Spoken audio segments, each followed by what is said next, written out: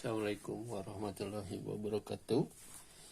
Kesempatan ini akan melanjutkan penjelasan mengenai Islamic Agriculture. Islamic Agriculture ini dikenalkan oleh Pak Muhaimin Iqbal, dan dalam mengenalkan Islamic Agriculture, Pak Muhaimin mengungkapkan kembali sejarah inovasi pertanian pada masa Islam, kemudian dibandingkan dengan kondisi pertanian saat ini, yang mana jika dilihat dalam sejarah pertanian Islam dulu sudah sampai pada titik teknologi irigasi yang sangat canggih saat itu ya, hingga ada air mancur. Kemudian juga ada roda berputar automata yang jadi otomatis akhirnya, yang memutarkan air. Dan juga yang paling utama adalah masih ramah lingkungan, masih alami, belum ada bahan-bahan sintetik, jadi semua masih menggunakan bahan-bahan yang mudah terurai.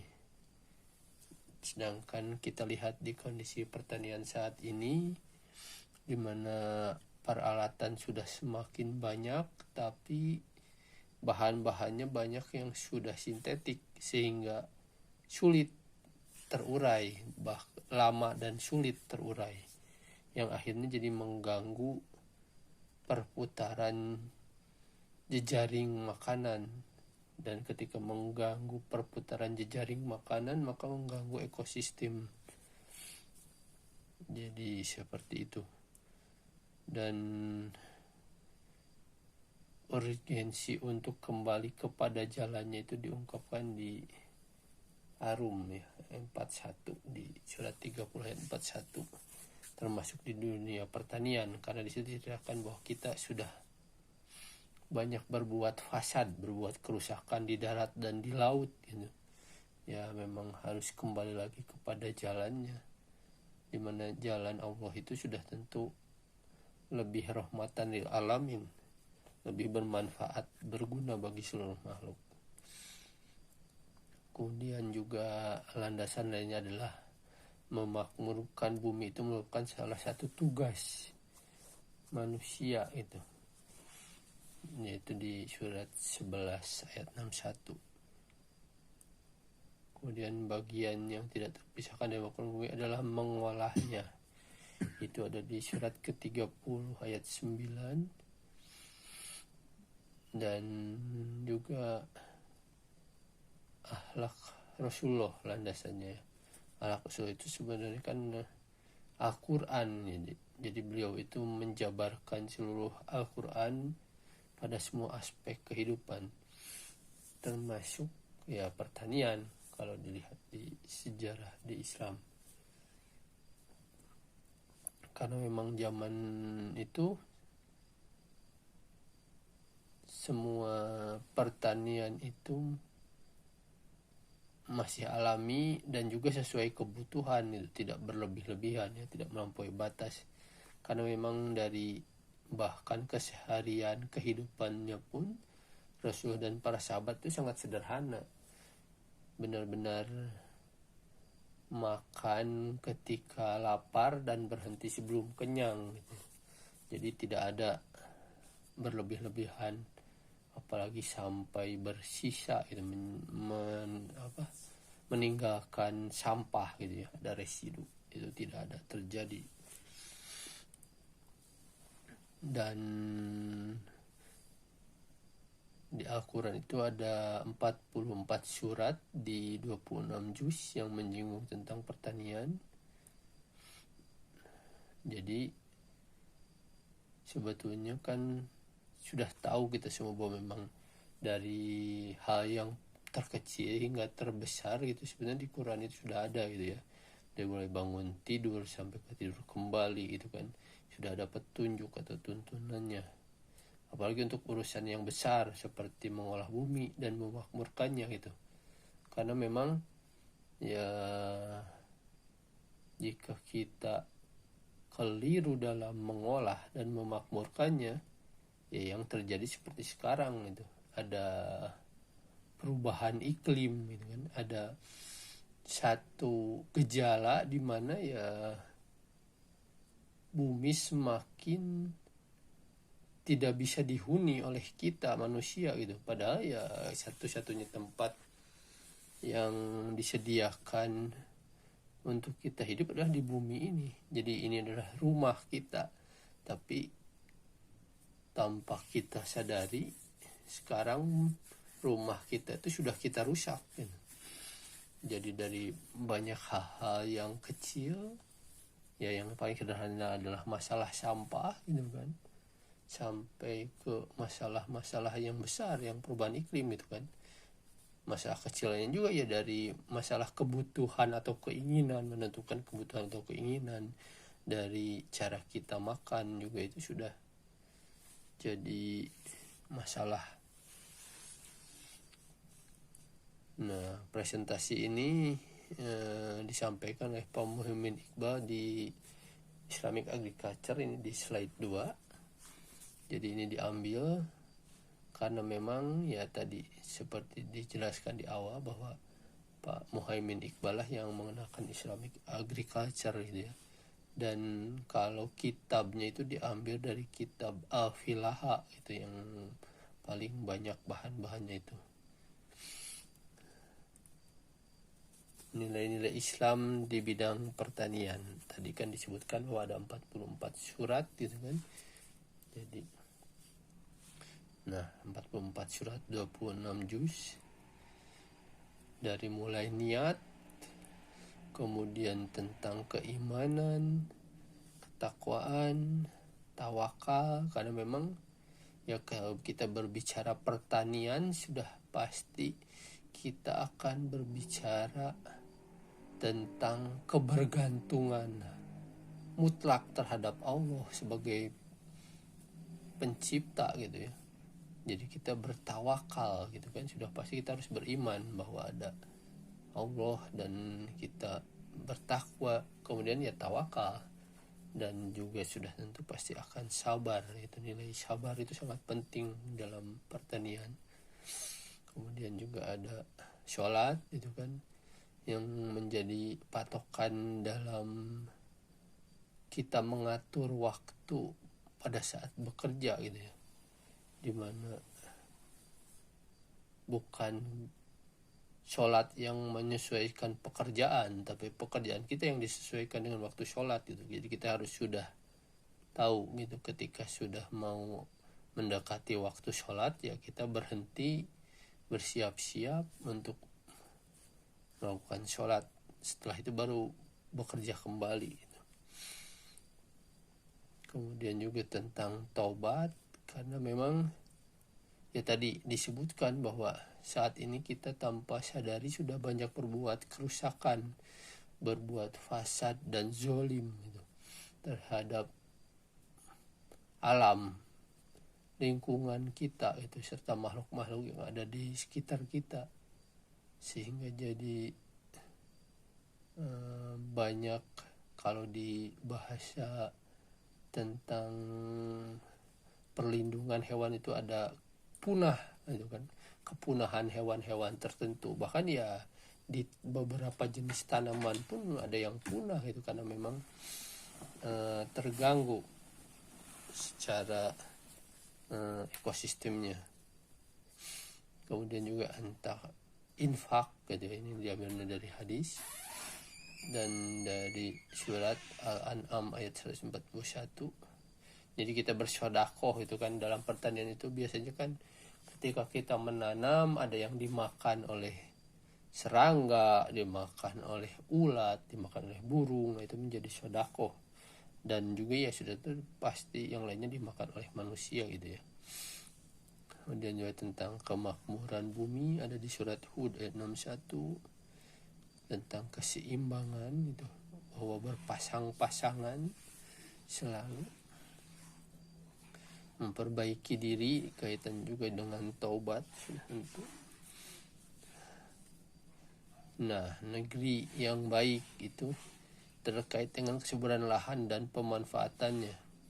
Negeri yang diberkahi buah banyak dan enak. Nah itu, jadi patokannya ke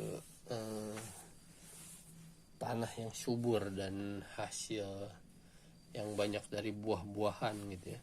Ya kalau di awal penjelasan ekoteologi cerita tentang janah gitu kan, dimana ya janah juga adalah hutan pangan gitu kan, semuanya bisa dimanfaatkan. Terus perintah untuk kembali tadi disinggung sebelumnya ayat 41, kembali kepada jalannya. Dan juga ada istilah al-mustarih dan al-mustarah gitu ya. Seorang hamba yang beriman ketika meninggal akan beristirahat, memperoleh kenyamanan dari segala kelelahan dunia dan menuju rahmat Allah. Sebaliknya hamba yang fajir ketika meninggal dunia akan membuat manusia ngeri, tanaman dan binatang beristirahat dari kejahatannya. Itu ada di hadis Muslim. Jadi ini di slide ketiga dari lanjutan yang tadi yang kedua. Nah, jadi kuncinya adalah iman, takwa, dan amal soleh itu. Jadi kita beriman, kemudian bertakwa, lalu melakukannya, mengaplikasikannya dalam keseharian, amal soleh. Nah, tadi disinggung tentang kitab Al-Filaha ini ya, dimana falaha itu, filaha itu akar katanya falah, dan ini kita selalu dengarkan dalam setiap panggilan untuk sholat itu ya, dalam azan bahwa hayya alal falah itu kan, menuju falah. Nah, jadi sebetulnya falaha ini akar katanya adalah membelah, memisahkan, memotong, membuat parit, membajak, membuka, mengolah, atau bertani jadinya. Dan juga memperoleh atau berusaha untuk menemukan, memetik hasil, makmur, menang, sukses. Nah, jadi kan ketika azan hayya alal falah itu menuju kemakmuran gitu kan, menang atau sukses gitu.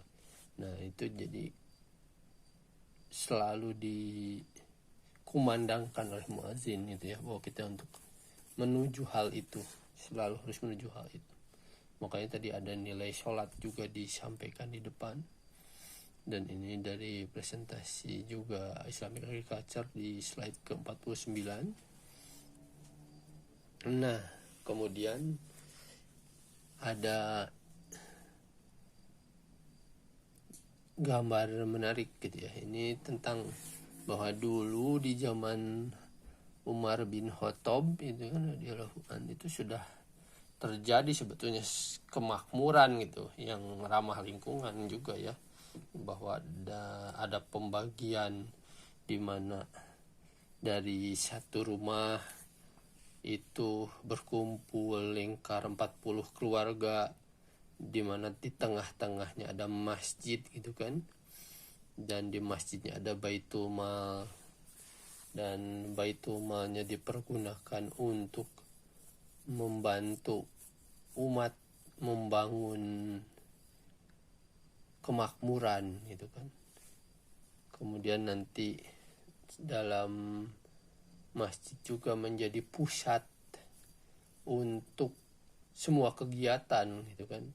Semua kegiatan itu dipusatkan di masjid, baik itu sifatnya pendidikan, pengadilan, atau apapun, semua permasalahan yang dihadapi oleh umat waktu itu.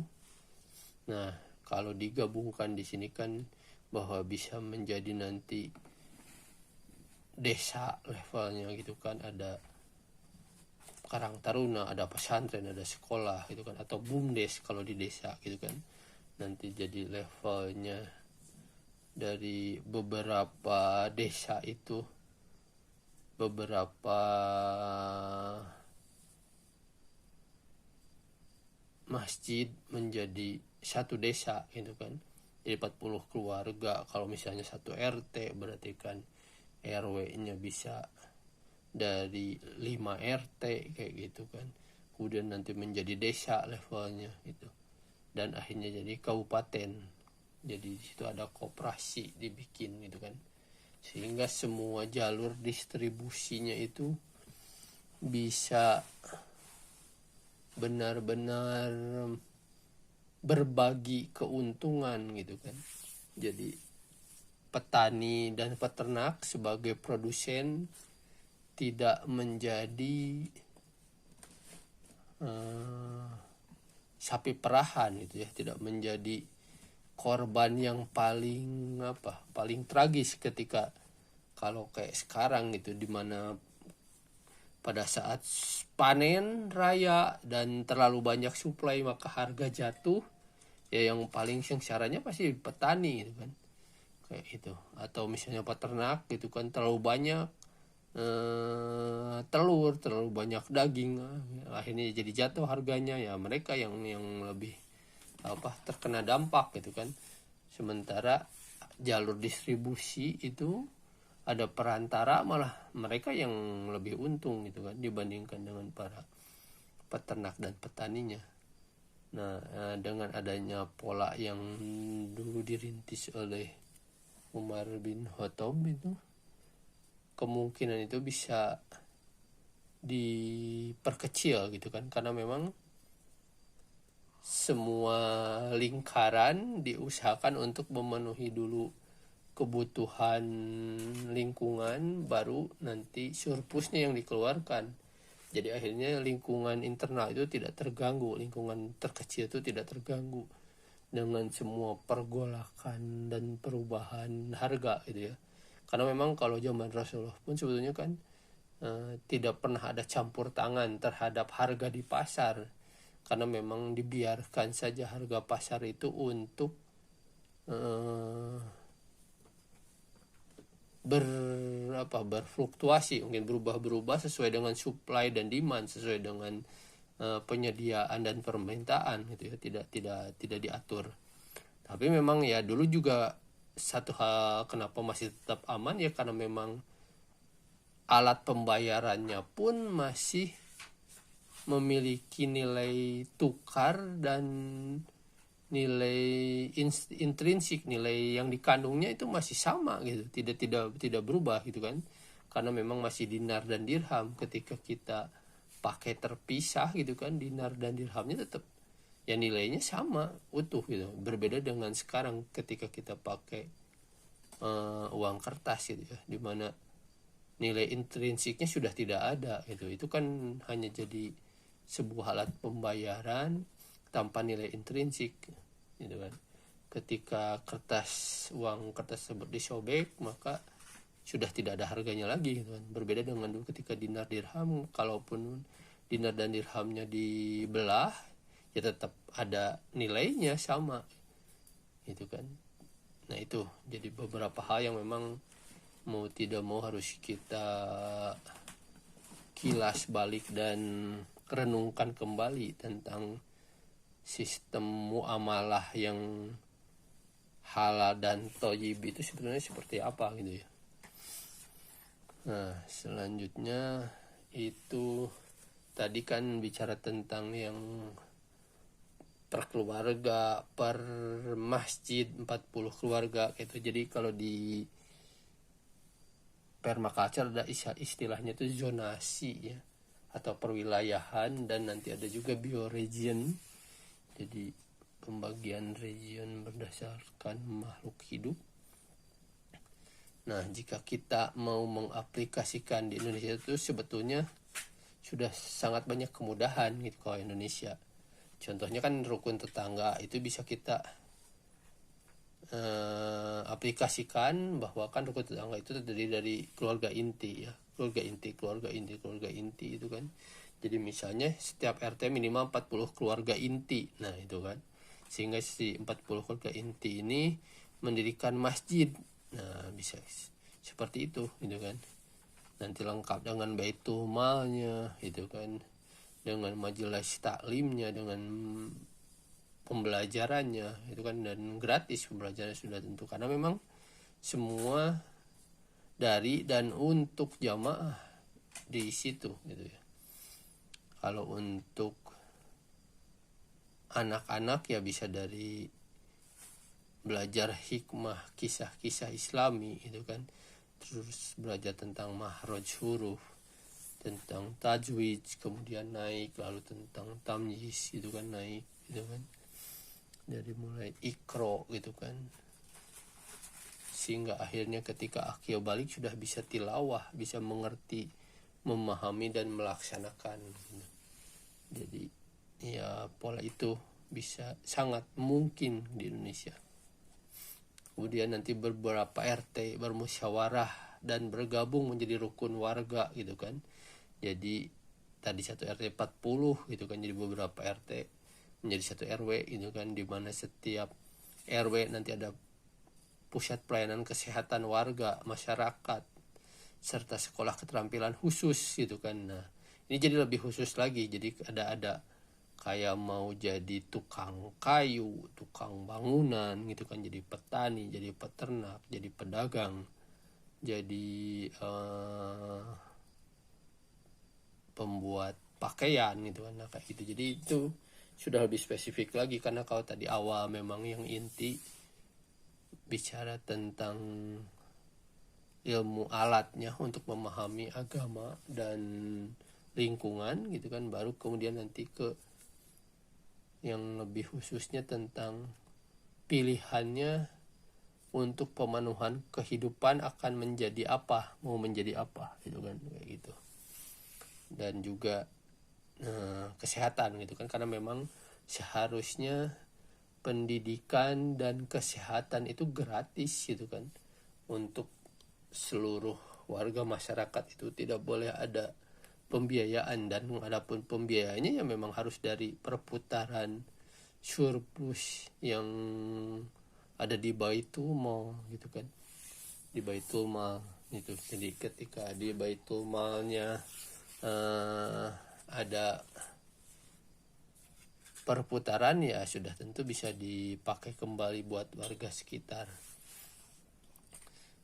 Kemudian nah juga satu hikmah ketika Rasulullah hijrah dari Mekah ke Madinah, maka yang pertama kali dibuat itu sudah tentu adalah masjid gitu kan.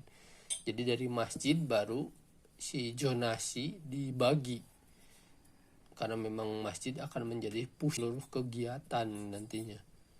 Jadi pusatnya di sana. Makanya tadi juga dari pembagian waktu, bukan sholat yang menyesuaikan kerja gitu, tapi kerja yang menyesuaikan sholat, jadi kayak gitu. Dan kalau misalnya memang secara wilayah itu terlalu berdekatan, bisa aja sebetulnya kan setiap RT itu hanya mushola saja. Nah, adapun satu masjid ya memang di RW, di lingkungan yang lebih besar, bisa juga seperti itu gitu. Yang mana nanti jadi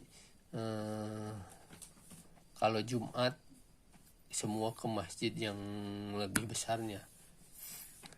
Dan pemilihannya pun musyawarah berjenjang gitu ya. Ketika RT dipilih dari hasil musyawarah 40 keluarga, maka ketika memilih RW adalah beberapa RT bermusyawarah untuk memilih salah satu di antara mereka menjadi RW itu. Karena memang kan sebetulnya kalau bicara tugas RT dan RW ya untuk membantu dalam hal keseharian kehidupan warga gitu kan di lingkungannya.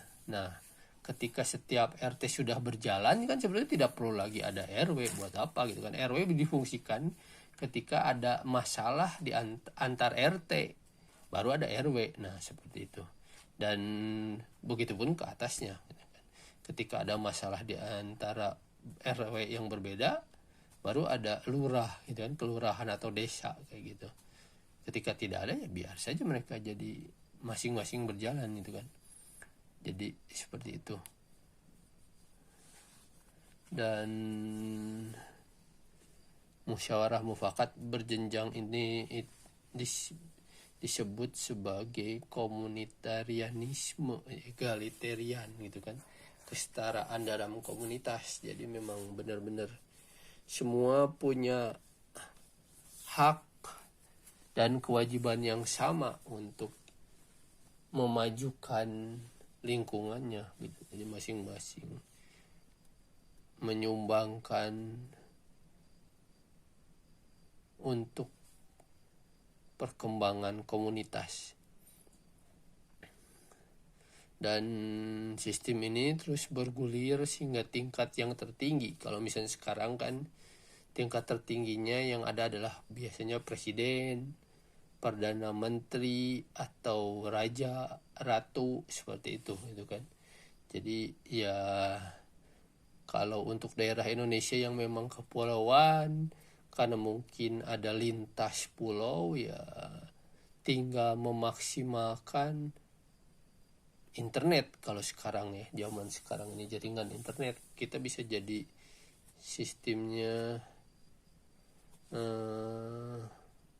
online, tidak perlu lagi rumit seperti dulu. Kalau dulu kan mau tidak mau harus bertatap muka, harus langsung gitu kan, berjenjang kayak gitu. Kalau sekarang kan kalau sudah online tinggal masuk data di tempat kita tinggal, maka mau tujuannya kemana sudah ada nanti, sehingga kita bisa dengan mudah untuk berkunjung atau pindah gitu kan.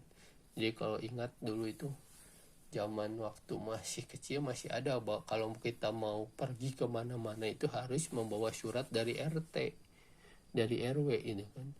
Jadi ada surat pengantar istilahnya dibawa, mau kemana, berapa lama, sehingga ketika kita tiba di tempat tujuan maka lapor ke RT setempat bahwa ini surat pengantarnya, saya ada maksud kunjungan ke rumah keluarga 3 hari misalnya seperti itu, dan setelah itu kembali lagi. Nah jadi dulu seperti itu tertib. Kalau sekarang tuh bisa lebih enak sebetulnya, bisa juga dengan yang sistem tadi internet.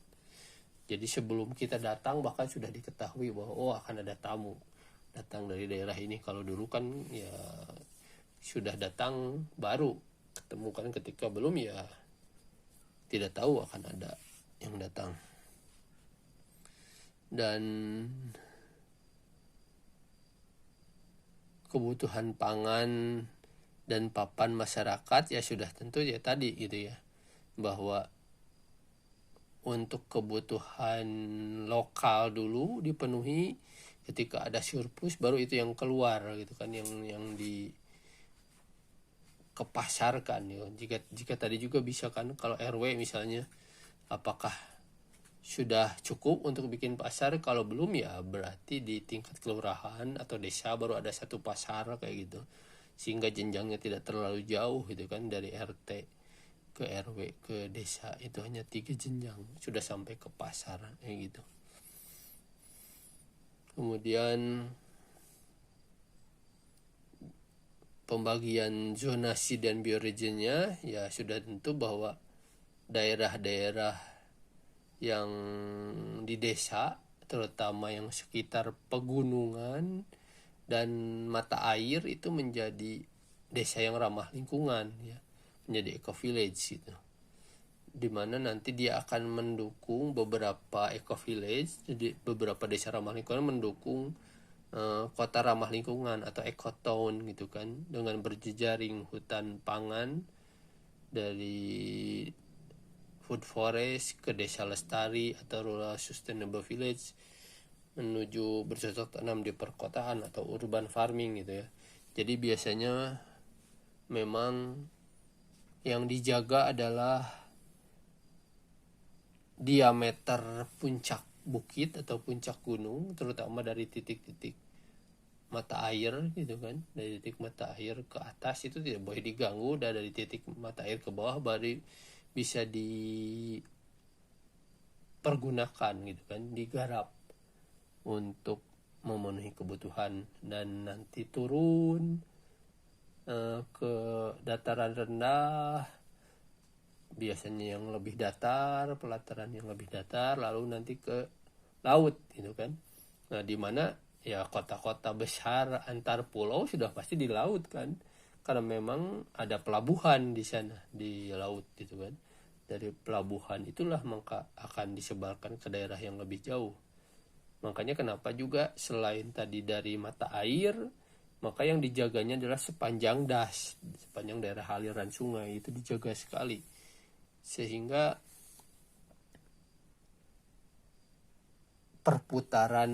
siklus perputaran airnya pun akan tetap terjaga gitu kan. Tidak akan ada kelangkaan air untuk pemenuhan kebutuhan, dan juga ya tidak akan ada banjir atau banjir bandang gitu kan, atau longsor atau apapun, karena memang ya ada di daerah puncak-puncak gunungnya juga dijaga kayak gitu, sehingga tetap aman gitu kan untuk ekosistemnya. Nah, kemudian ini biasanya zonasi itu zona 0 itu untuk rumah, kemudian zona 1 itu untuk menanam tanaman yang butuh sering dirawat, harus dipelihara secara sering gitu kan, secara lebih intensif. Baru makin jauh ke zona 2 itu makin jarang dikunjungi gitu kan, dan sudah tentu ke 3, ke 4, ke 5 itu makin jarang. Kalau yang kelima biasanya udah jadi hutan, daerah hutan yang memang ya kita jarang ke hutan kalau tidak ada kebutuhan, karena memang kalau kita lihat dulu itu orang ke hutan itu hanya mencari bahan-bahan untuk obat biasanya, karena memang banyak di hutan itu obat, atau ya kalau zamannya berburu dan meramu ya mengambil beberapa bahan-bahan yang kita tidak bisa tanam gitu kan. Itu tergantung musimnya itu kan biasanya kita, atau memang kebutuhan protein hewani yang ada di alam gitu kan, yang tidak kita ternakan. Nah, jadi zonanya dari 0 itu permaculture design participle, kemudian nanti ke zona 1-nya itu individu dan rumah tangga, zona 2-nya menjadi komunitas dan bisnis, zona 3-nya menjadi bioregion, zona 4-nya itu bangsa atau benua itu kan, dan zona 5-nya global, dimana dalam semua zona ini terjadi perputaran gitu kan, ekonomi, tekanan ekonomi itu kan, arus ekonomi, kemudian ekologi juga, dan juga budaya itu terjadi terus, semua keterkaitan. Nah, dan dengan pemahaman zonasi dan bioregion itu kan sebenarnya juga ada satu ini di Quran, bahwa kita itu harus masuk ke dalam Islam secara utuh keseluruhan gitu, jangan hanya sebagian-sebagian ya. Makanya seperti dijelaskan juga dalam sudut pandang di presentasi yang awal tentang memandang segala sesuatu itu diusahakan minimal dari 3 sudut pandang gitu kan, supaya tahu kebenarannya seperti apa. Kemudian juga semakin lebar, semakin luas itu semakin baik gitu kan. Jadi dari mulai hal yang terkecil sampai yang terluas itu kita ada gambarannya, sehingga apa yang kita lakukan benar-benar bermanfaat bagi diri dan seluruh lingkungan yang lebih luas gitu. Tidak bermanfaat hanya kita saja, tapi mengganggu lingkungan di luar kita gitu. Nah itu makanya kenapa juga ada tuntutan untuk masuk secara utuh gitu ya. Dan ya sudah tentu jangan mengikuti langkah setan gitu kan, karena setan itu musuh yang nyata bagimu. Jadi ya kadang kita ini yang dilupakan gitu kan, bahwa balik lagi waktu di pengantar ekoteologi, di penjelasan ekoteologi dijelaskan bahwa di Al-A'raf dan Al-Baqarah sudah jelas itu bahwa iblis itu menjadi musuh gitu kan, jadi musuh bebuyutan gitu kan, dari mulai zaman Nabi Adam ya sampai nanti hari akhir, hari kiamat gitu kan. Jadi kita harus selalu waspada gitu dengan segala tipu daya itu gitu ya. Karena jika kita tidak mewaspadai ya kita akan kebawa celaka gitu kan. Nah ini tadi bicara yang zonasi, dari mulai yang rumah sampai ke hutan gitu kan, yang paling jauh gitu ya. Nah bisa jadi seperti ini biasanya instalasi air dan kolam, dapur hidup, apotek hidup itu biasanya yang di zona 1 ya, dekat rumah, di mana zona rumah zona 0 itu kan yang lebih sering didatangi.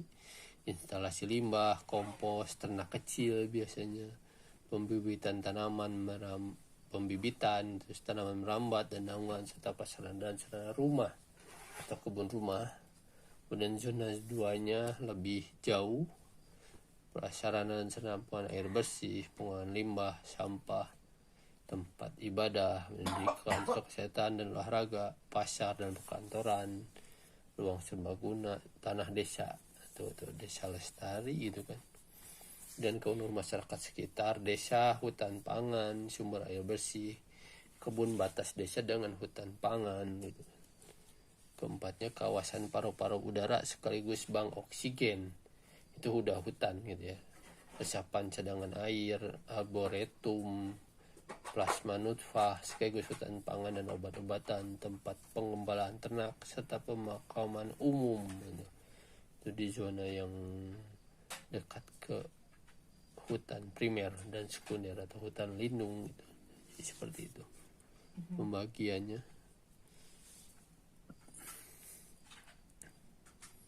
Nah tadi kan bicara tentang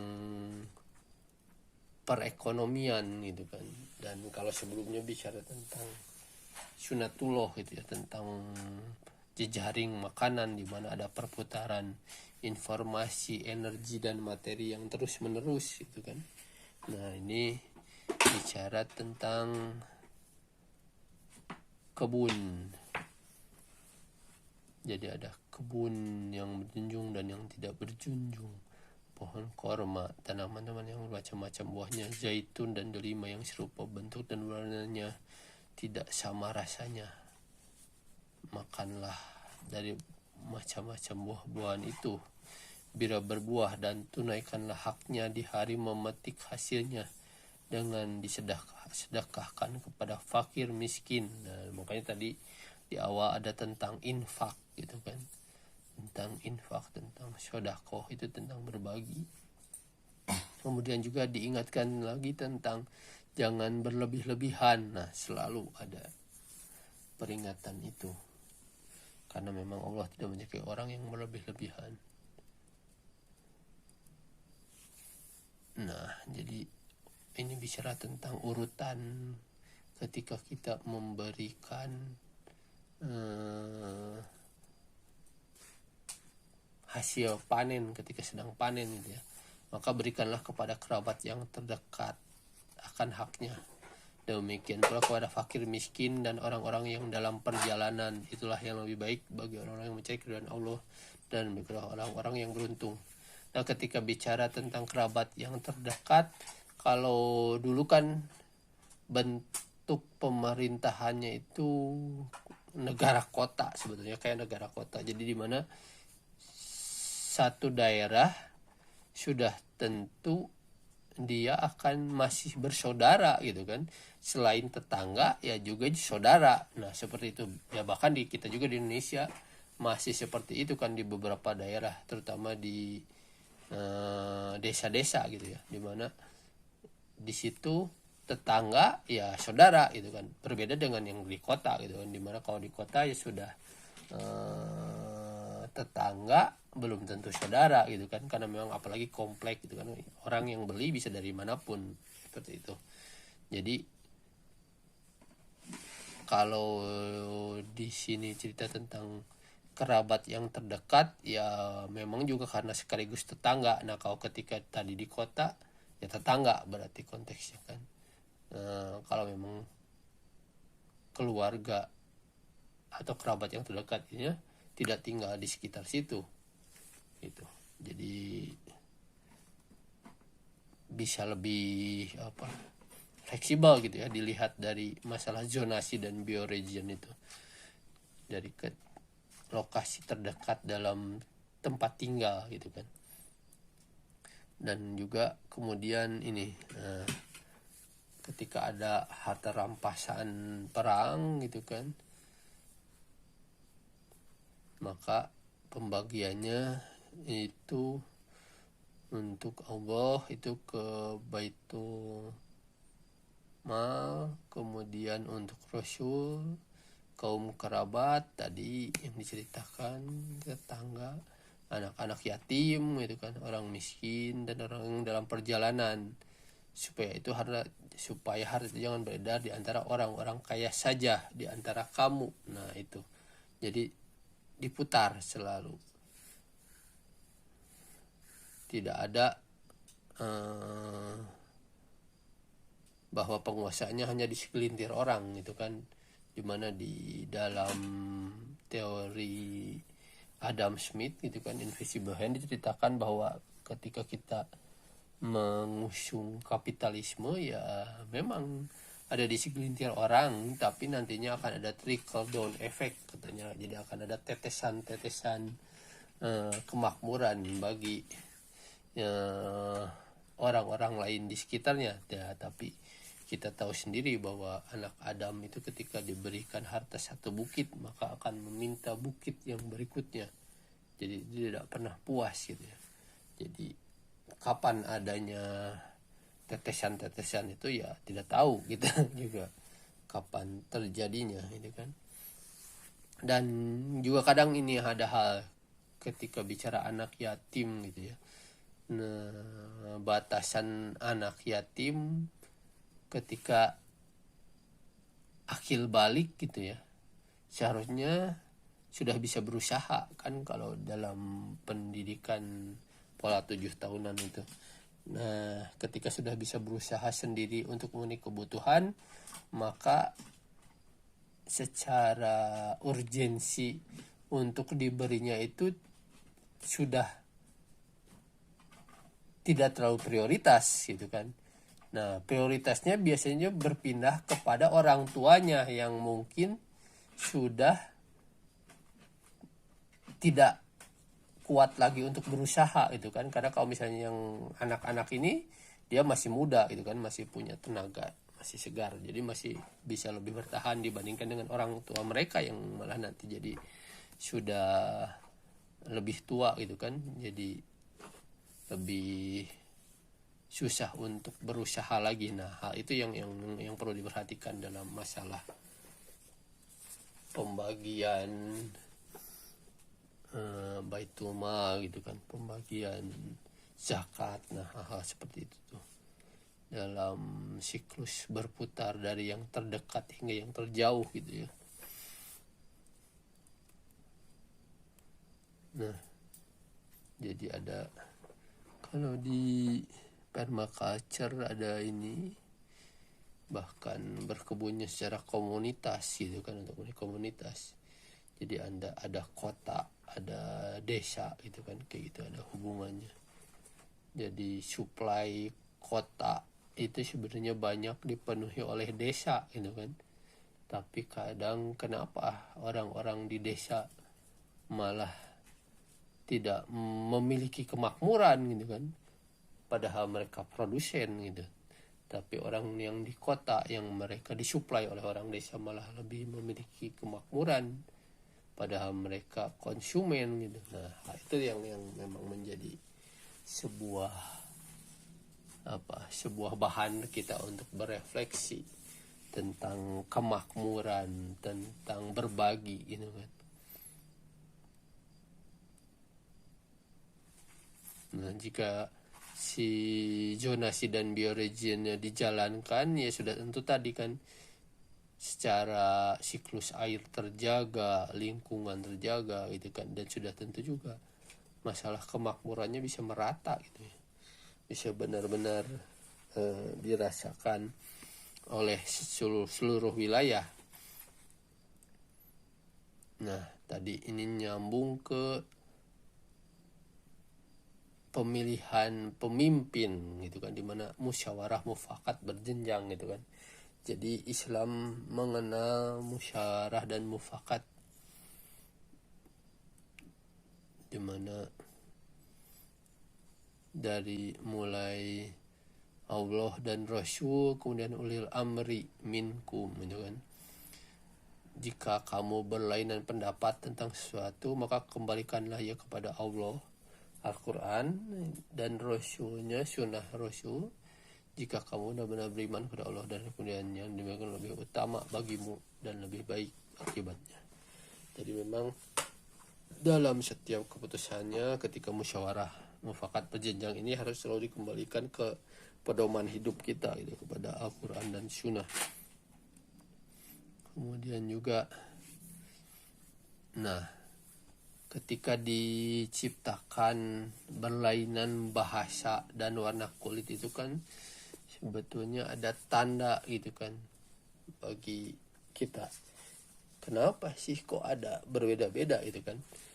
Kalau bicaranya dari sisi lingkungan, ya sudah tentu memang karena penyesuaian terhadap lingkungan, maka akhirnya berbeda-beda dalam warna kulit gitu kan. Kemudian juga ketika bahasanya berbeda, yaitu bicaranya tentang morfologi rahang gitu ya, yang berbeda dalam mengucapkan huruf-huruf, mengucapkan bahasa gitu kan. Karena kalau dibalikan ke sejarahnya, ya semua satu bahasa awalnya di zaman Nabi Adam, tapi begitu tersebar maka ya jadi ada penyesuaian dengan lingkungan sekitar. Dan itu prosesnya proses lama, proses evolusi ya, bertahap, tidak langsung sehari dua hari menjadi berubah gitu, tapi prosesnya yang lama.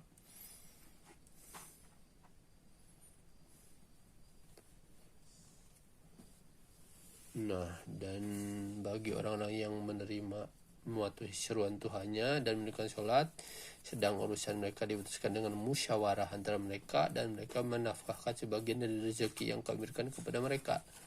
Nah itu, selain musyawarah, diingatkan kembali juga tentang berbagi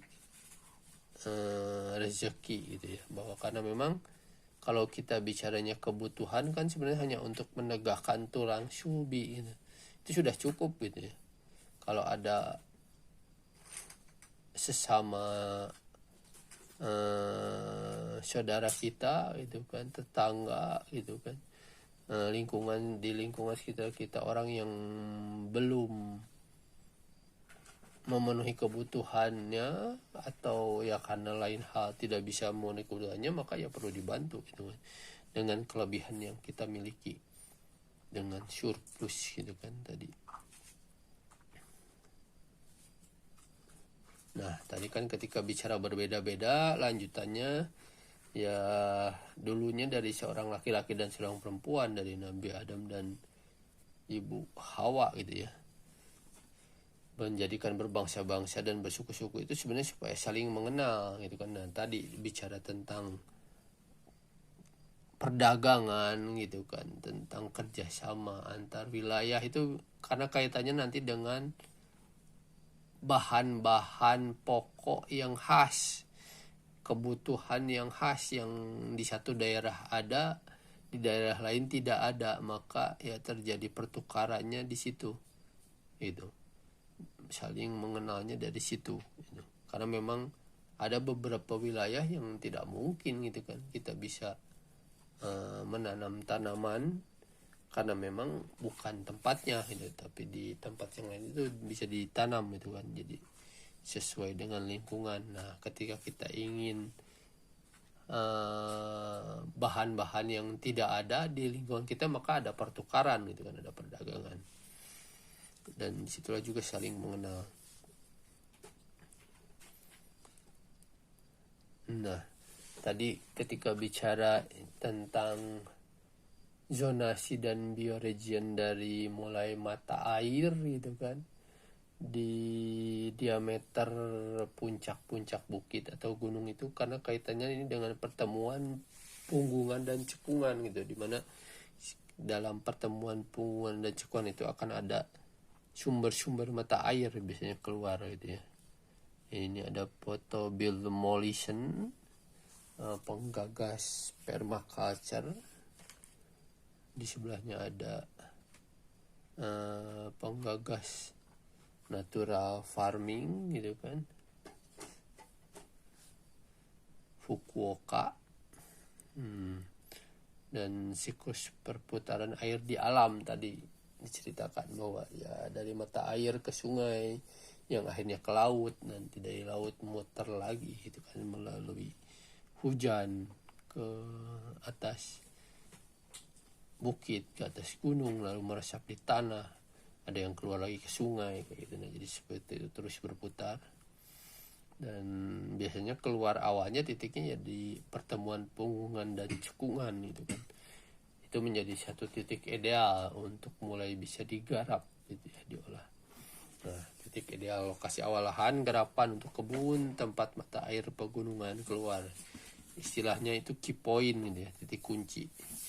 Debit dan kualitas air masuk. Nah, ketika kita punya kebun itu, kita harus memperhatikan bahwa debit dan kualitas air yang masuk atau kita gunakan itu harus sama dengan air yang keluar dari tempat kita gitu. Jadi tidak boleh ada kekurangan dalam debit dan juga kualitasnya gitu ya. Jadi jangan sampai kita mengeluarkan air yang sudah tercemar ke luar lingkungan kita, tapi harus benar-benar sama dengan air yang pada saat kita masuk gitu ya. Minimal itu sama. Kalau semakin kaya akan nutrisi itu lebih baik gitu. Nah, ini tadi bicara tentang key point gitu kan. Jadi dalam peta kontur itu biasanya ada garis-garis ya, dimana si garisnya makin rapat itu biasanya makin terjal, dan makin renggang itu makin landai. Nah, biasanya di yang terjal itulah ada air gitu ya. Dan ahli dari ini, dari key point ini namanya Yeomans gitu ya. Jadi beliaulah yang akhirnya mengembangkan pengetahuan tentang titik kunci gitu. Nah, ini jadi ketika pertemuan punggungan dan cekungan itu seperti itu gitu kan, akan ada air, dan ketika kita menanam pun gitu kan, maka hasilnya akan lebih baik gitu, karena memang dia berada di titik yang banyak mengandung air gitu kan. Nah, ini bicara tentang pertemuan punggungan dan cekungan.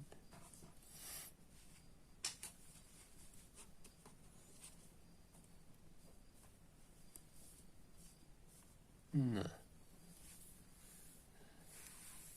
jadi ada Al-An'am 125, barang siapa yang Allah menghendaki akan memberikan kepadanya petunjuk, niscaya dia melapangkan dadanya untuk memeluk agama Islam. Dan barang siapa yang ini Allah kesesatannya menjadikan dadanya sesak, lagi sempit, seolah-olah sedang mendaki langit. Nah itu kan, jadi ketika kita naik makin tinggi ke pegunungan, maka kita tahu bahwa oksigennya semakin tipis gitu kan, gitu. Semakin tempat tinggi itu ya pasti kita akan merasakan sesak gitu kan, karena nafas kita jadi lebih berat, lebih susah. Jadi seperti itu. Nah tadi kembali ke penataan yang ideal kan. Nah ketika bicaranya tadi puncak-puncak bukit atau gunung, biasanya dia rimbun, baru nanti ada titik air gitu kan di sekitarnya. Dari situ mulai diolah. Nah makanya kenapa kalau di titik awal hutan pangan itu masyarakatnya harus benar-benar menjadi penjaga hutan alami gitu ya, komunitas penjaga hutan alami atau perbukitan. Dan kalau di Islam itu istilahnya hima itu. Karena memang kalau masyarakatnya tidak menjadi penjaga, maka kehancurannya tidak hanya terjadi di sekitar bukit, puncak bukit atau gunung itu saja, tapi berdampak sampai ke masyarakat yang ada di bawahnya gitu, sampai ke kota dan ke laut gitu kan, ke pantai gitu, ke pelabuhan-pelabuhan. Nah itu yang berbahaya gitu. Makanya kenapa di titik awal hutan pangan itu harus komunitas penjaga yang hidup gitu ya. Jadi dia menyusuri jalur pelindungan sumber air juga sama sepanjang das tadi kan ceritakan, istilahnya harim an-nahar gitu kan, hingga menuju laut, sehingga nanti juga akan terjaga jalur-jalur migrasi binatang gitu ya. Jadi salah satu contohnya di negara Bhutan gitu kan, di negara Bhutan itu semua koridor sungai, dasnya itu terjaga, sehingga antar satu hutan dengan hutan lain itu nyambung gitu kan.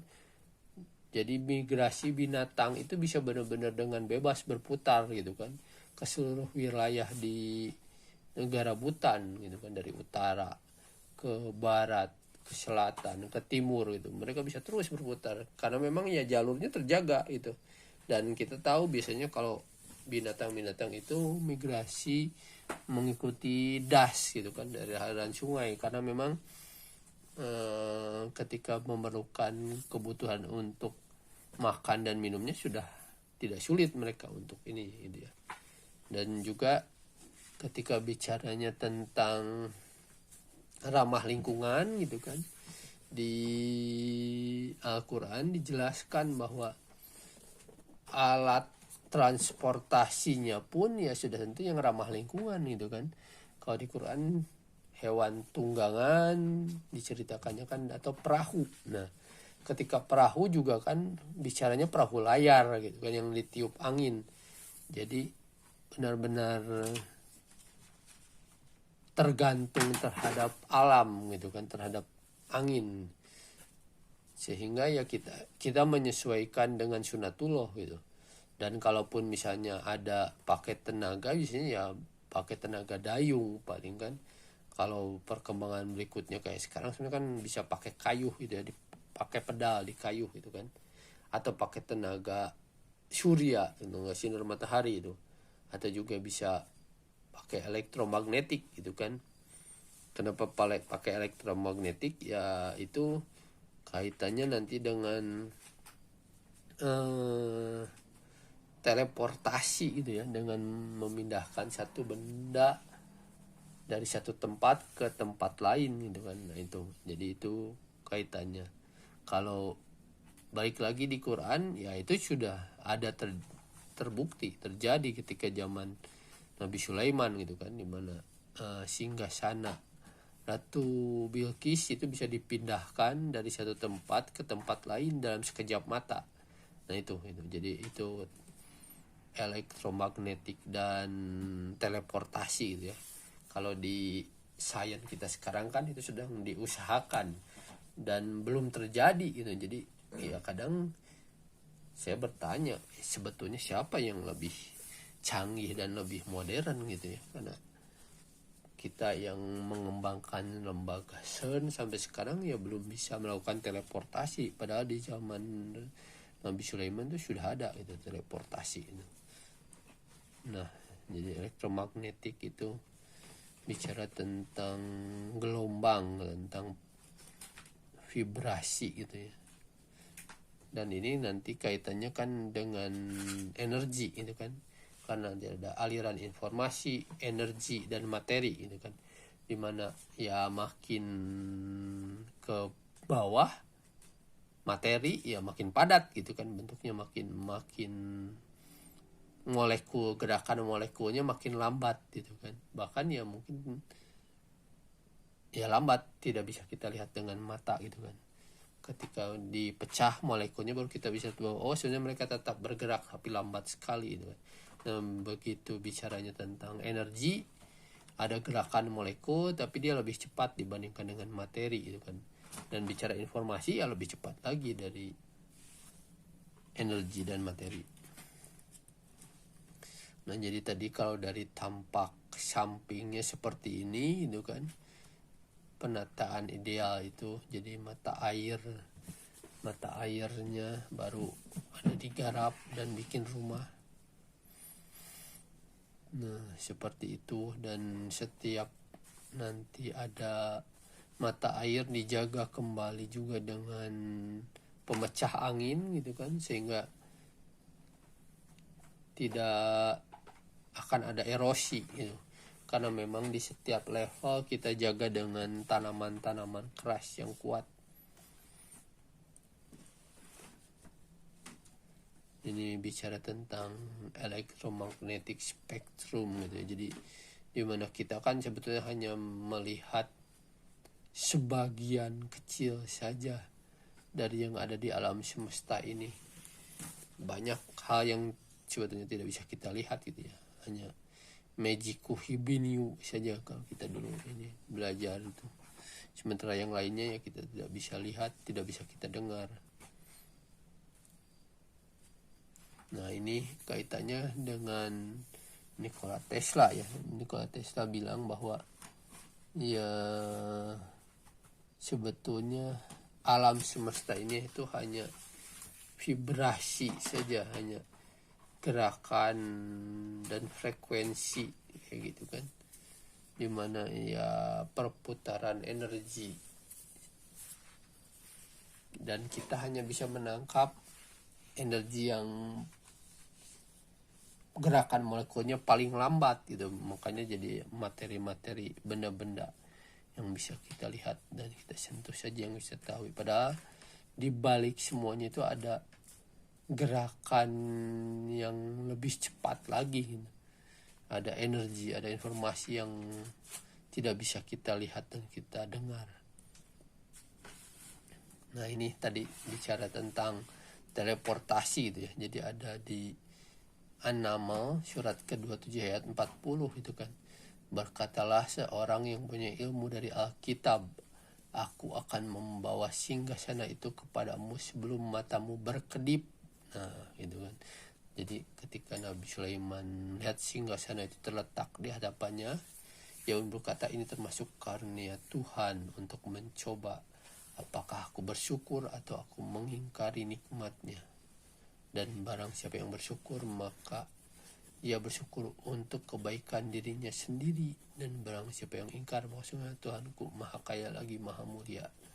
Jadi ini sekilas tentang elektromagnetik dan teleportasi. Ini akan dibahas lebih dalam lagi pada pembahasan tentang penciptaan gitu ya, nanti di bagian terakhir. Nah, ini kembali ke kendaraan ramah lingkungan gitu kan. Jadi Allah yang menjadikan binatang ternak untuk kamu, sebagiannya untuk kamu kendarai dan sebagiannya untuk kamu makan. Nah, jadi seperti itu. Dan ada lagi manfaat-manfaat yang lain pada binatang ternak itu untuk kamu, supaya kamu mencapai suatu keperluan yang tersimpan dalam hati dengan mengendarainya. Dan kamu dapat diangkut dengan mengendarai binatang-binatang itu dan dengan mengendarai bahtera atau perahu layar.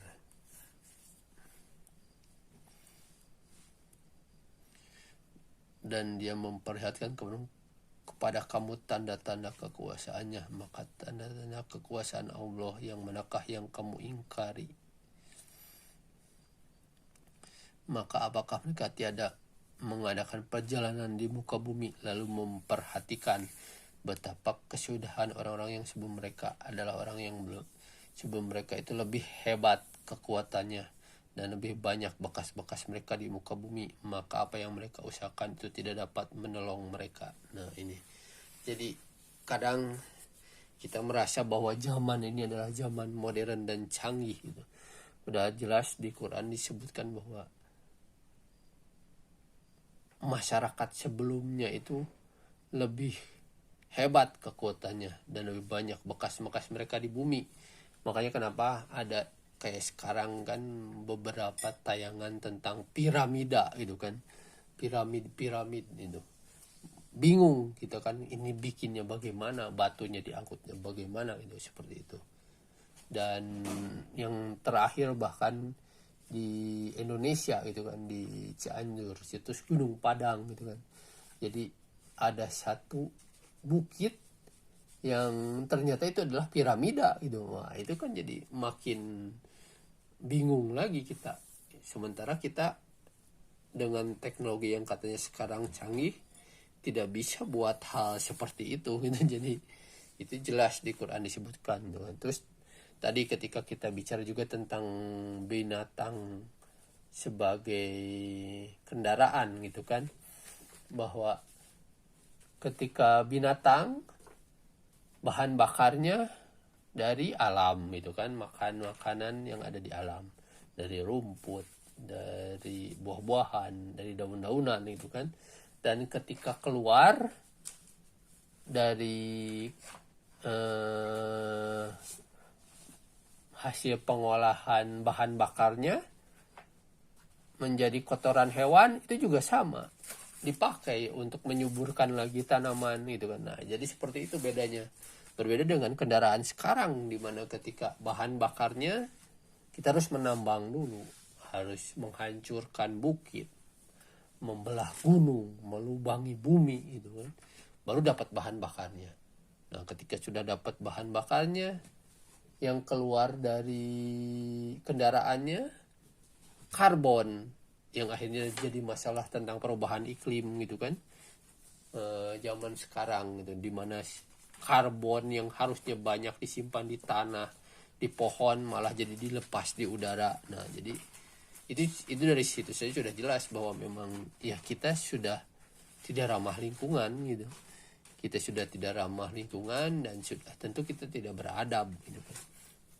Kemudian ketika bicaranya perahu layar gitu kan, secepat apapun perahu layar ya bergantung kepada angin gitu.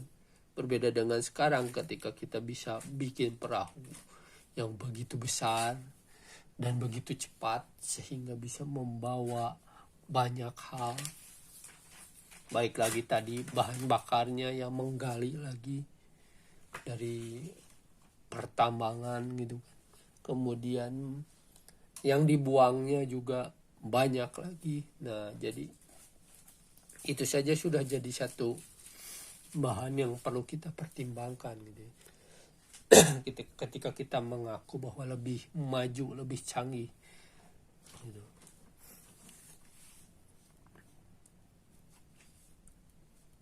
Nah kemudian juga ada di Zuhruf surat 43 ayat 12 bahwa semua diciptakan itu berpasang-pasangan gitu kan, kapal, perahu layar, dan binatang ternak untuk kamu tunggangi. Jadi diulang tentang kendaraan ramah lingkungan ya di situ.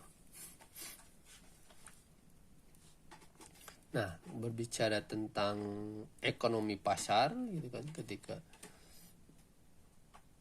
lokasi sarana pertukaran, barter dan jual beli dibangun pada setiap sekretariat desa kelurahan. Jadi ini nyambung tadi dengan zonasi dan bioregion yang berbicara tentang RT RW gitu kan ya. Dimana itu sangat tergantung dengan kajian bentang alam dan musyawarah beberapa RW gitu ya. Nah, setiap transaksi hanya boleh dilakukan pada lokasi tersebut. Jika ada harga, maka ketetapannya dibiarkan terbentuk secara alami sesuai dengan keadaan supply dan permintaan, serta atas dasar kesepakatan pelakunya. Tidak ada kepemilikan lokasi secara permanen.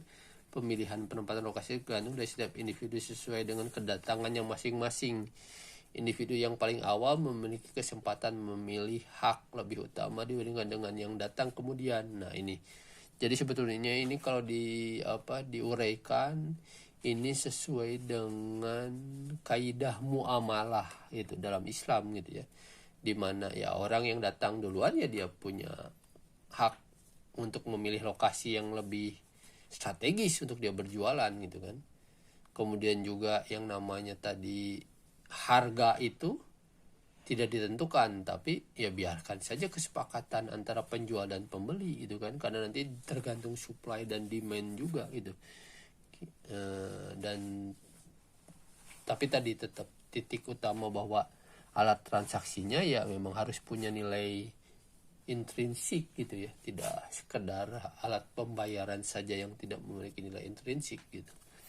Jadi itu secara muamalah dalam Islam gitu ya. Oh ya, tadi ada yang terlewat juga bahwa kan kalau di Islam tidak boleh gitu ya, ada orang yang mau pergi ke pasar kemudian diberhentikan di jalan oleh kita, lalu kita beli dengan harga di bawah pasar. Kemudian kita pergi ke pasar lalu kita yang menjual di pasar gitu. Nah, itu ada dalam hadis itu tentang kisah itu bahwa kalaupun kita mau ya kita harus sesuai dengan harga di pasar gitu, sehingga si penjual tadi tidak dirugikan, si produsen tadi tidak dirugikan gitu, karena ya dia memang mau pergi ke pasar gitu kan, mau jualan ke pasar gitu. Nah, jadi hal itu yang memang ada di muamalah dalam Islam itu ya.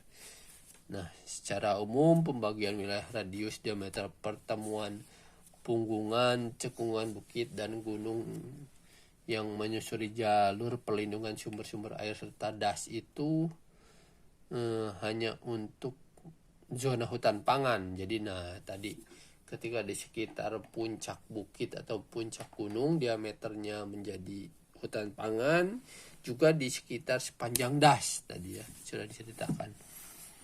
Dan kalau misalnya itu sudah bisa diaplikasikan ya sudah tentu ekosistem akan terjaga itu ya, akan berkelanjutan dan kemakmuran pun akan bisa tercipta gitu. Nah, ini ada ungkapan menarik gitu dari Mark Twain gitu. Sangat mudah untuk membodohi orang-orang katanya, dibandingkan untuk meyakinkan orang-orang bahwa mereka dibodohi. Jadi seperti itu kata Mark Twain. Dan ya baik lagi Nikola Tesla nanti akan dibahas lebih panjang di penciptaan gitu ya, bahwa Nikola Tesla memang banyak mengajukan ungkapan-ungkapan yang memang di luar zamannya gitu ya. Jadi akhirnya ya bingung orang ketika mendengar ungkapan itu. Jadi tadi ada bicara tentang kesetaraan makhluk gitu ya, egalitarian. Jadi itu salah satu etika juga sebetulnya dalam Islamic agriculture gitu ya, dalam Islam. Dengan adanya pembagian zona bioregion tersebut, kemungkinan untuk mewujudkan rahmatan lil alamin secara bertahap insya Allah akan lebih mudah gitu kan. Setiap individu dipersilahkan untuk memilih akan menjadi dan hidup seperti apa sesuai dengan kemampuan serta agama dan kepercayaannya. dapat dilakukan dengan penuh kebebasan. Nah, jadi ini tidak ada pemaksaan dalam menentukan pilihan hidup, dapat dilaksanakan dengan tetap mempertahankan prinsip ekosistem sebagai pusat pertimbangannya. Kesetaraan makhluk, bukan manusia sebagai pusat, sehingga menciptakan pola eksploitasi, ketidaksetaraan makhluk atau perbudakan, menegakkan keadilan atau memperlakukan segala sesuatu sesuai dengan ukurannya. Nah, jadi piramida ekosistem itu kan bahwa ekosistem itu yang paling luas gitu ya, paling bawah menjadi landasan yang mendukung komunitas, mendukung populasi, dan mendukung organisme gitu kan. Jadi seperti itu. Dan ini sebetulnya menjawab yang di awal tentang ekoteologi, bahwa kita itu jadi apakah egosentrisme atau ekosentrisme gitu kan. Nah, jadi sebetulnya kalau bicaranya secara jasad, secara badan tubuh kita, ya kita ekosentris gitu kan, karena memang kita menjadi bagian juga dari lingkungan gitu kan secara jasad. Tapi kalau bicaranya dari ruh, dari sisi tujuan kita beribadah, ya masing-masing individu punya ego untuk menuju puncak ibadahnya masing-masing gitu kan. Jadi dua-duanya tetap dipakai tapi tidak mutlak gitu. Jadi ada hal juga yang menjadi pertimbangan gitu kan, dimana ketika kita bicara ibadah tadi menjadi puncak ego, juga harus bermanfaat untuk yang lain gitu kan tetap. Jadi tidak akan merusak, sudah tentu tidak akan melakukan kerusakan, tidak akan fasad dan tidak akan zolim gitu kan. Jadi ya itu tetap dipakai kedua pertimbangan itu. Dan juga tentang umat dan amanat gitu ya. Jadi ada di Al-An'am 38 sebetulnya kan, binatang-binatang yang ada di bumi dan burung-burung yang terbang dengan kedua sayapnya melainkan umat juga seperti kamu. Nah itu, jadi ketika kita jadi pemimpin, maka umatnya itu tidak hanya manusia tapi seluruh makhluk yang ada di sekitar kita.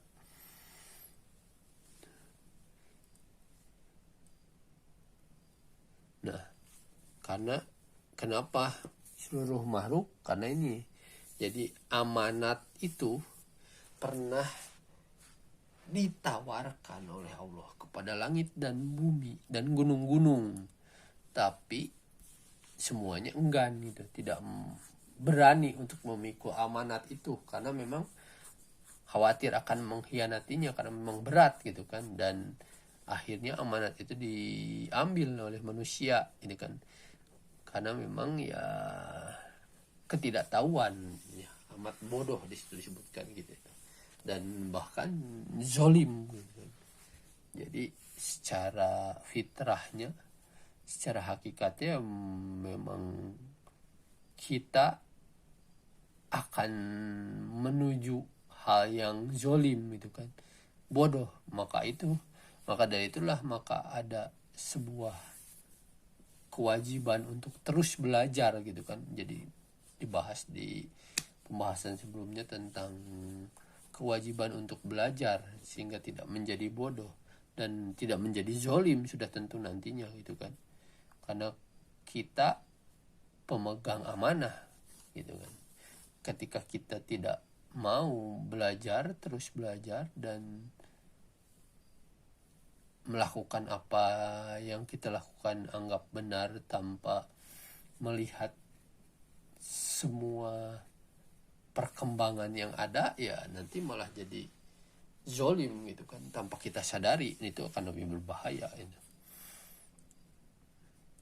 Kemudian juga, nah sesungguhnya Allah menyuruh kamu menyampaikan amanat kepada yang berhak menerimanya dan menyuruh kamu apabila menetapkan hukum di antara manusia supaya kamu menetapkan dengan adil.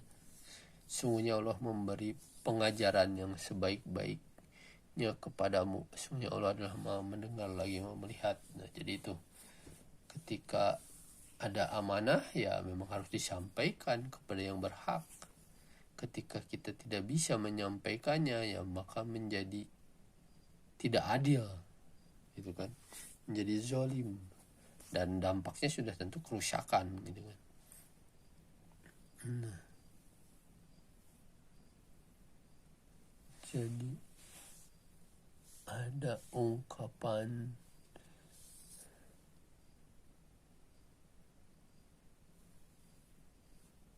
dianggap gila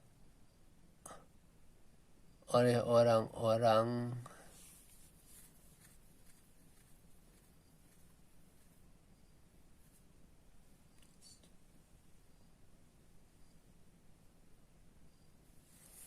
yang menjadi korban dari kebudayaan.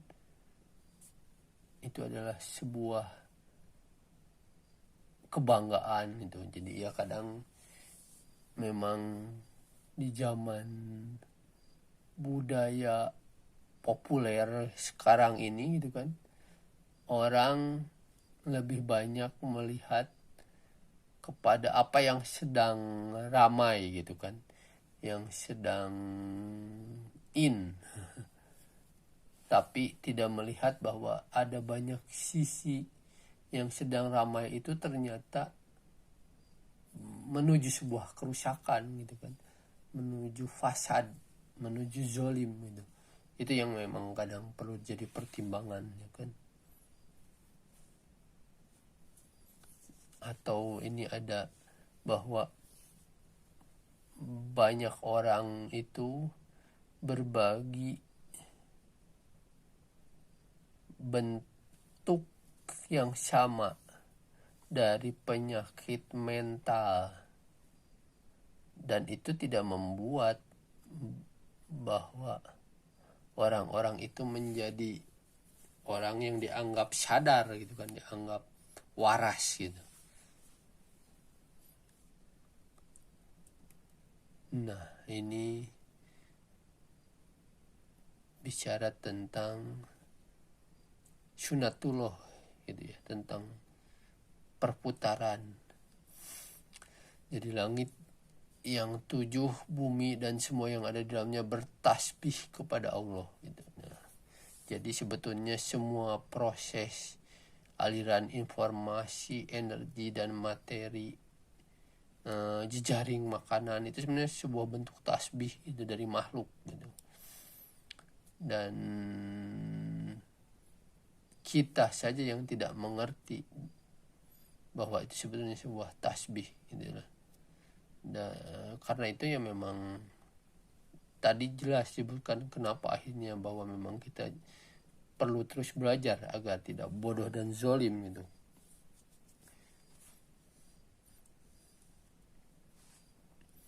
Nah, tadi yang kesetaraan itu nyambung juga dengan kebebasan memilih sesuai perjanjian diri ini kan. Nah, ini jadi setelah akhir balik, setiap individu dapat menentukan kehidupannya masing-masing. Jika yang lahir di hutan pangan ingin merasakan hal berbeda, maka secara bertahap dapat memulai mencobanya. Pergi ke pasar, lalu kemudian hidup dan tinggal di desa atau bahkan mungkin ke kota. Dipersilahkan dengan penuh kebebasan. Begitulah sebaliknya, jika yang lahir di kota secara bertahap dapat menyesuaikan dirinya agar dapat mencapai tujuan hidupnya. Namun demikian, mata pencaharian sehari-hari sudah tidak dapat ditawar lagi. Zona hutan pangan sudah jelas hanya untuk para petani alami dan penggembala. Jika kita memiliki keterbatasan keterampilan atau kemampuan bekerja dan ingin tinggal di zona ini, maka harus dapat melakukan kesepakatan pertukaran dengan warga masyarakat lokal tersebut. Namun jika individu tersebut masih belum dapat menentukan pilihan hidupnya, maka tinggal di desa sebagai region penghubung merupakan jalan keluar hingga dapat menentukan pilihannya, atau tetap di desa hingga akhir hayatnya. Sebagai region penghubung sudah tentu mata pencaharian serta keterlibatannya terhadap alat tukar lebih banyak pilihan. Nah, jadi itu. Ini kaitannya kan dengan memilih menjadi penjaga ya tadi di sekitar puncak bukit, puncak gunung atau das itu kan, itu jadi hutan pangan sudah tentu, atau menjadi perantara yaitu di desa itu kan, di pertengahan, atau ya menjadi orang kota sekalian di pelabuhan-pelabuhan gitu kan. Kalau bicaranya dari zonasi dan bioregion ya silahkan gitu, itu bisa dipilih oleh masing-masing individu. Tinggal ketika kita mau memilih di satu lokasi ya maka kemampuan hidup kita pun harus disesuaikan dengan yang menjadi pilihan. Jadi itu. Nah ini ya, never stop learning because life never stop teaching. Jadi tidak boleh berhenti untuk terus belajar gitu kan, karena memang dalam setiap keseharian hidup kita itu selalu ada hikmah, selalu ada pelajaran gitu kan.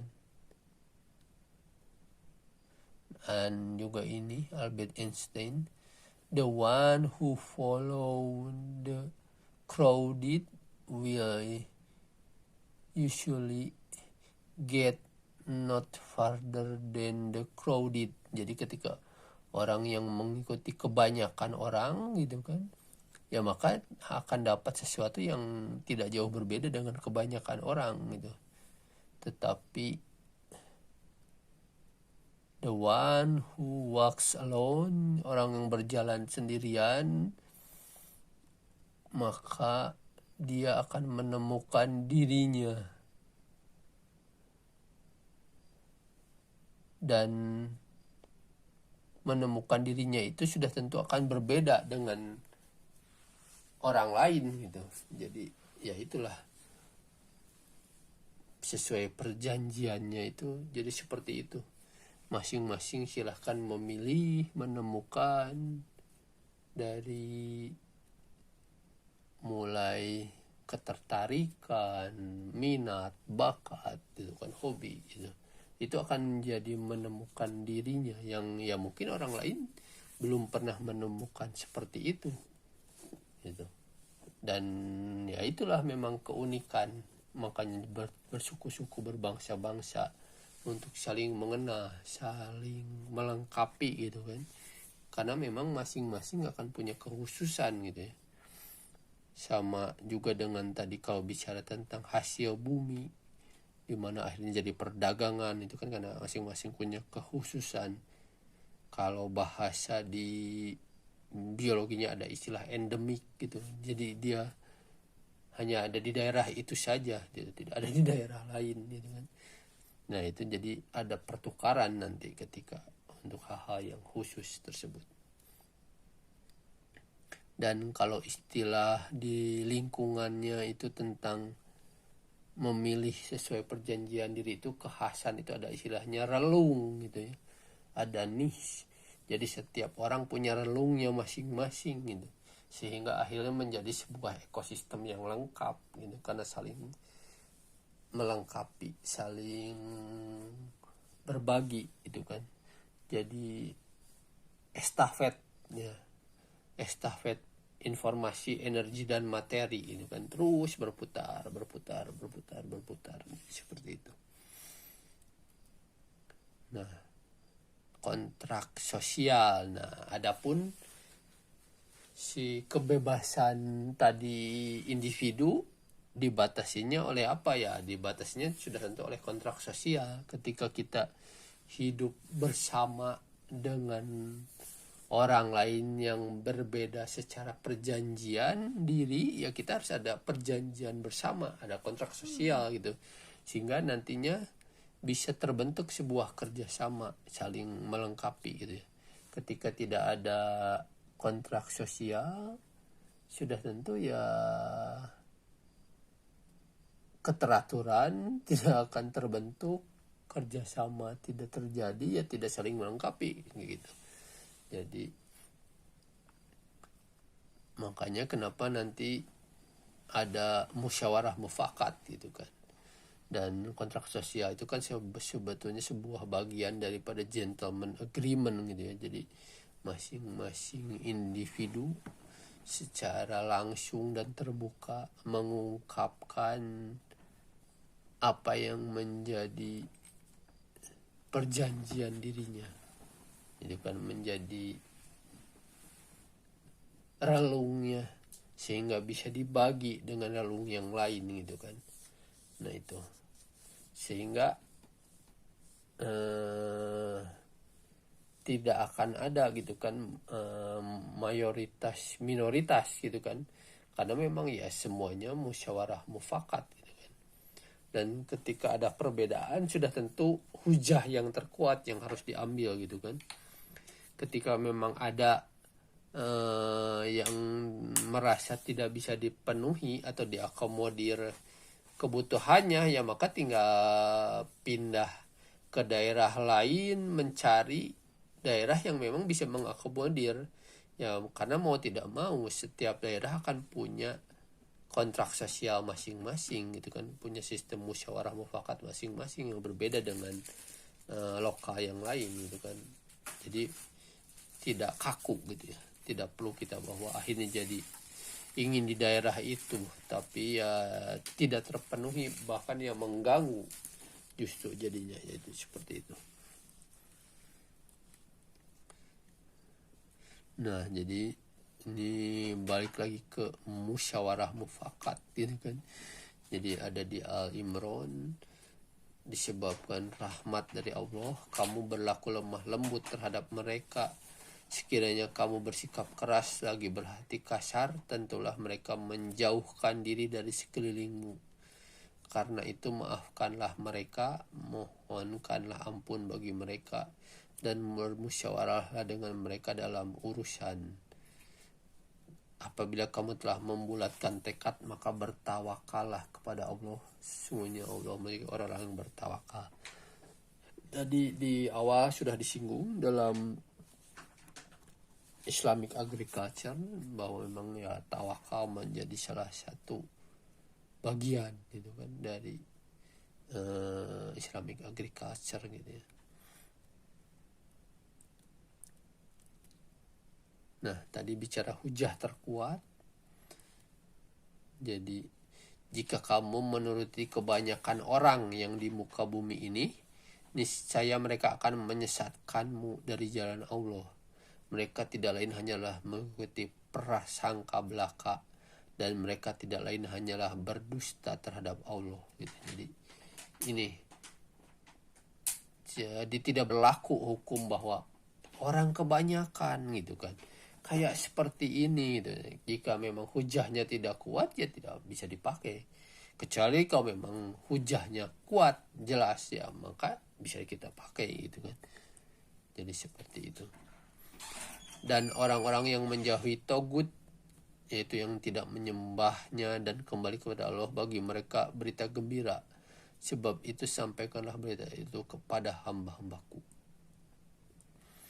yang mendengarkan perkataan lalu mengikuti apa yang paling baik di antaranya. Nah itu, maka itulah orang-orang yang telah diberi Allah petunjuk, dan maka itulah orang yang mempunyai akal. Dan apabila dia mengetahui barang sedikit tentang ayat-ayat kami, maka ayat-ayat itu dijadikan olok-olok. Mereka lah yang memperoleh azab yang menghinakan. Jadi itu tentang hujah terkuat gitu ya. Nah ini ada yang menarik tentang sejarah ilmu pengetahuan gitu ya. Itu menunjukkan dari satu kesepakatan menjadi kesepakatan yang baru gitu. Jadi banyak hal yang dulu dianggap bahwa ini ilmiah, tiba-tiba jadi tidak, ternyata ditemukan hal baru bahwa itu tidak ilmiah, yang ilmiah itu adalah hal terbaru ini. Jadi seperti itu. Jadi juga tetap sama, kadang dalam sains juga yang kita lihat itu hanya masalah yang disepakati, dan yang disepakatinya kadang ya hanya disepakati orang banyak gitu. Jadi bukan hujah terkuat gitu ya. Jadi itu yang diungkapkan dalam bahasan itu. Nah ini bicara tentang etika. Jadi etika di Islamic Agriculture itu sudah jelas itu adabnya mengikuti sunatullah, itu perputaran kemungkinan urutan peristiwa sebab akibat, tesa antitesa sintesa, dan seluruh hukum alamiah semesta yang tunduk serta patuh hanya kepada Allah. Kemudian yang kedua, kesetaraan seluruh makhluk atau ciptaan dengan cara menegakkan keadilan, memperlakukan segala sesuatu sesuai dengan ukurannya gitu kan. Nah itu bisa meliputi peduli lingkungan alam dan penghuninya, peduli lingkungan sosial budaya masyarakat, dan peduli masa depan. Nah ini juga etika yang ada di permaculture gitu ya, 3 ini.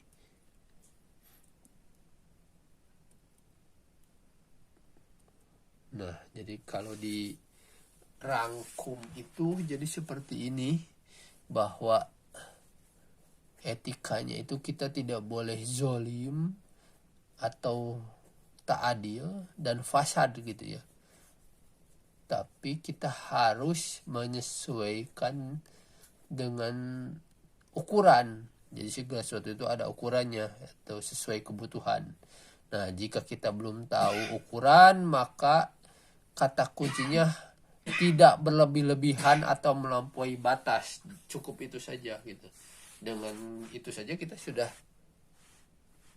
bisa menuju titik akhir gitu ya, itu rahmatan lil alamin, dimana di rahmatan lil alamin ini ada kesetaraan dan ramah lingkungan gitu kan.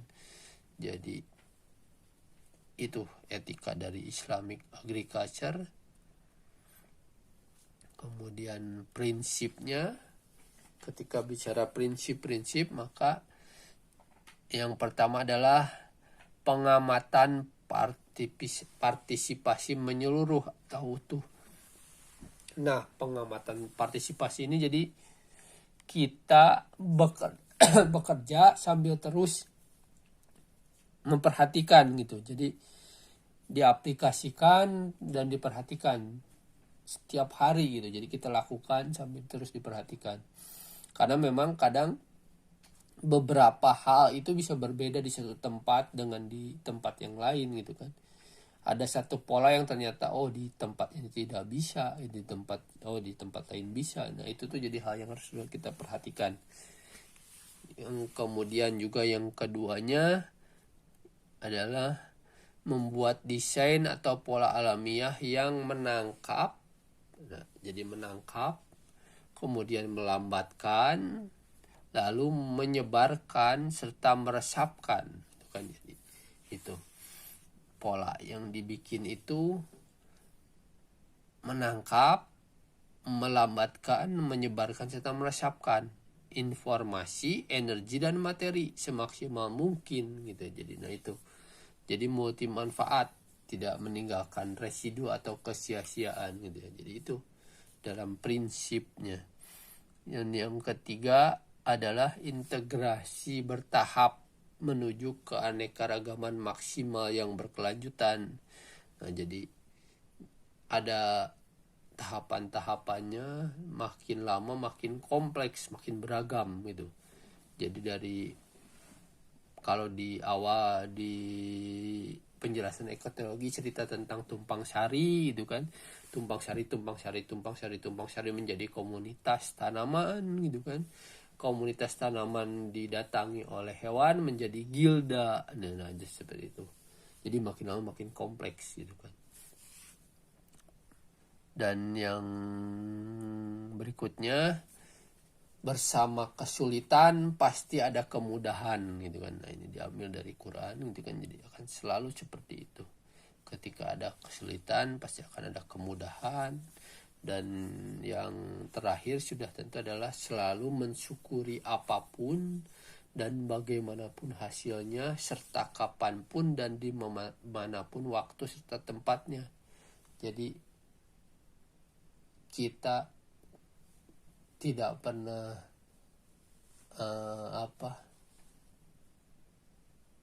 terjebak dalam kesia-siaan gitu. Karena kita selalu mensyukuri gitu ya, baik apapun hasilnya, karena memang ya kita sudah, yang penting kita sudah berusaha secara maksimal gitu kan. Kalau masalah hasil ya kita tetap dikembalikan kepada Allah gitu kan. Tidak ada kita punya kuasa untuk hasil gitu kan, itu hanya bertawakal saja, sabar, bertawakal dan bersyukur gitu kan. Nah, jadi ada ini terakhir dari Albert Einstein, lihat secara dalam kepada alam gitu kan. Jadi lihatlah dengan sangat mendalam gitu kan, dan kamu akan mengerti segala sesuatu dengan lebih baik gitu. Karena memang semuanya sudah ada polanya di alam gitu kan. Ketika kita bisa benar-benar bertafakur dan mengambil hikmahnya, maka kita akan mendapatkan pemahaman yang lebih baik gitu ya. Kalau di Islam kan sebenarnya bahasanya dibukakan hijab ilmu dan pengetahuannya gitu kan. Jadi ketika dibukakan hijab ilmu dan pengetahuannya, maka tugas selanjutnya adalah mengaplikasikan dan menyebarkan kembali gitu kan. Membagikan kembali informasi tersebut gitu. Jadi tidak boleh kita sembunyikan, kita tutup hanya untuk diri kita sendiri. Jadi mungkin itu saja tentang Islamic Agriculture.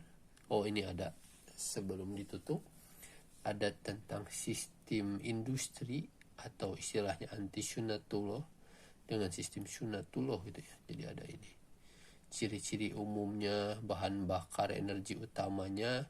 Kalau industri itu tidak terbarukan, kalau yang berkelanjutan itu yang sunatullah sudah tentu terbarukan gitu kan. Aliran materi, benda dan barangnya garis lurus kalau di industri. Kalau di sunatullah, di keberlanjutan sudah tentu berputar gitu kan, tadi lingkaran, makanya istilahnya di Islam selalu berputar. Tidak boleh hanya ada di tangan orang-orang kaya saja katanya kan, seperti itu.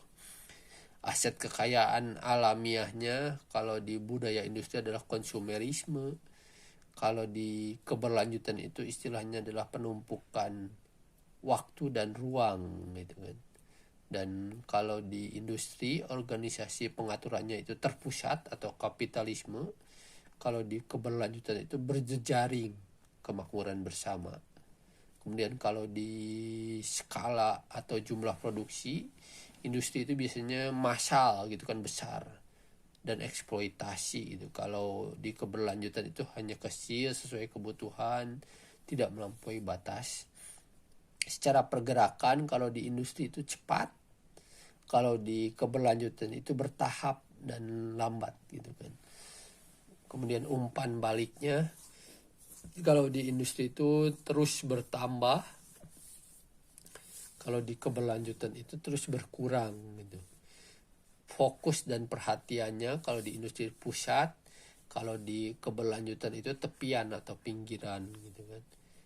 Aktivitas kegiatannya kalau di industri berubah setiap saat, kalau di keberlanjutan itu kesetimbangan, keselarasan. Cara berpikirnya kalau di industri itu parsial atau spesialisasi, kalau di keberlanjutan itu menyeluruh atau utuh.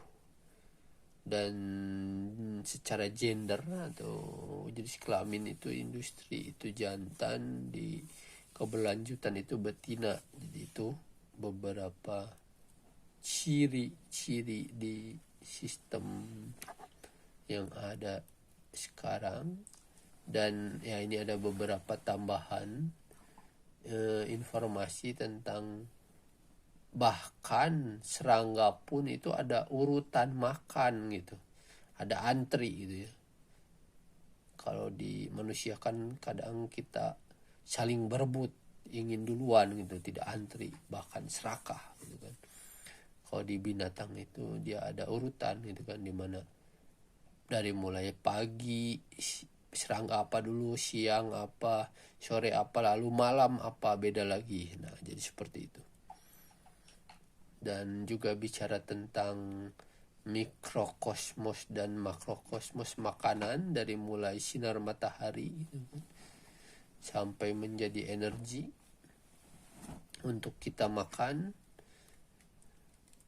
Kemudian bagaimana tumbuhan menggunakan cahaya matahari. Ini bicara tentang tadi elektromagnetik gitu kan. Tentang informasi, energi, aliran informasi dan energi. Dan tentang spektrum cahaya, itu dimana kita melihat masa lampau sebetulnya kan. Kemudian, nah ini, menyaksikan terjadinya masa lampau katanya. Karena cahaya yang kita lihat itu sebenarnya lebih dulu dibanding kita. Jadi kita melihatnya lebih lambat. Ini penggunaan elektromagnetik dalam industri itu ya, dalam teknologi sekarang. Dapatkah tumbuhan bernafas? Nah itu jadi bukan kita saja yang bernafas atau memerlukan oksigen, tumbuhan pun bernafas gitu kan. Jadi kalau rentang waktunya ya sudah jelas ketika dari mulai maghrib gitu ya, perpindahan siang ke malam, jadi sore menuju malam itu, maka tumbuhan menarik oksigen juga dan melepas karbon. Nah makanya kenapa jangan sampai jadi berebut gitu kan. Jadi kita bekerja 24 jam gitu kan, sampai malam itu tetap bekerja, ya itu terjadi perebutan oksigen gitu kan. Karena memang sebetulnya kita harusnya sudah mulai melambatkan fungsi tubuh kita dengan tidur gitu kan, sehingga tidak terlalu kencang perebutan oksigennya dengan tanaman gitu kan, seperti itu. Nah jadi mungkin itu saja tentang Islamic agriculture. Mudah-mudahan bisa dilanjutkan lagi dengan penjelasan berikutnya. Terima kasih. Assalamualaikum warahmatullahi wabarakatuh.